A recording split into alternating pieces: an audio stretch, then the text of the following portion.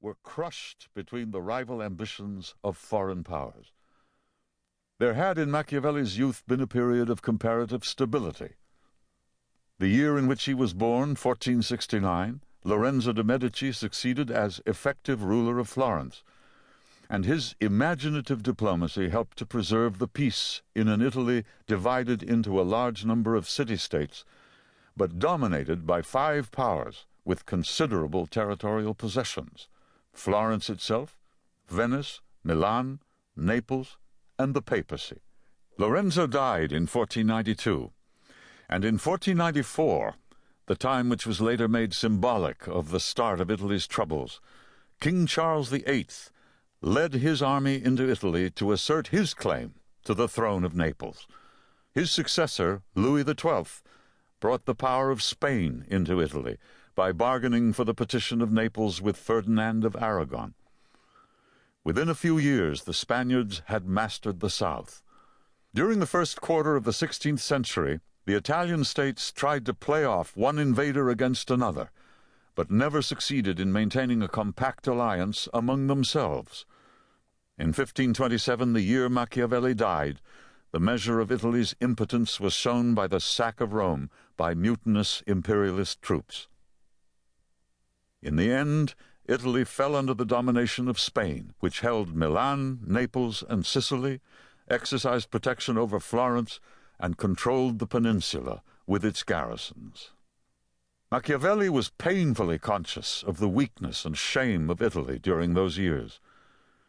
But although he was aware of the dividing line between Italians and foreigners, the barbari, his concept of Italy was racial or cultural rather than nationalistic.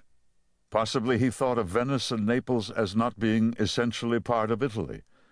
For Machiavelli, the nation was Florence. The city-state was the object of his patriotism, and it was Florence which he served, or tried to serve, with devotion and single-mindedness, no matter what the form of her government. Unfortunately for him, the days of Florence's greatness as an independent state were over by the time he reached manhood. The invasions transformed Florence from a first-rate Italian power into a second-rate power under the domination of Spain.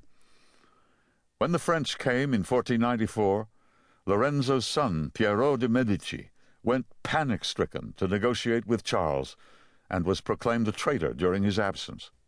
After his banishment and after Charles had moved on to Rome, the Republic was re-established. Savonarola had hailed Charles as the instrument of divine vengeance.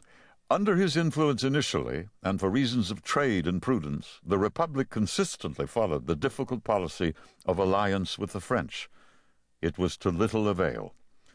The French helped Pisa, formerly ruled by Florence, to become a free state, thereby creating the Florentine obsession to regain control of that city, and indirectly Machiavelli's obsession with the need for an efficient Florentine militia. The French took Florentine money, but gave little in return. The Republic, dominated first by Savonarola and then by Machiavelli's friend Soderini, lasted until 1512, when the Medici were forcibly restored by the powers of the Holy League, the Venetians, Ferdinand, and Pope Julius II, which succeeded in wresting from Louis most of his Italian conquests. With the advent of the Medici popes, Leo X and Clement VII, Florence became tied to a policy of Medici and papal expansion. There was a brief interlude in 1527 when news of the sack of Rome encouraged a revolt against the government of Pope Clement's representative and the re-establishment of a republic. But 3 years later, the forces of the Emperor Charles V restored Florence to the Medici, who stayed there sinking into decadence for some 200 years. Machiavelli was concerned intimately and passionately, if not at the highest level, with the political life of his time. His father was a Florentine lawyer of ancient family and moderate means, and he grew up during the golden age of Florentine culture under Lorenzo. When the French rode into the city unopposed, Machiavelli was still an unknown young man, as yet unnoticed by his literary contemporaries, and apparently with no writing of his own to show. The events of the last years of the 15th century made a deep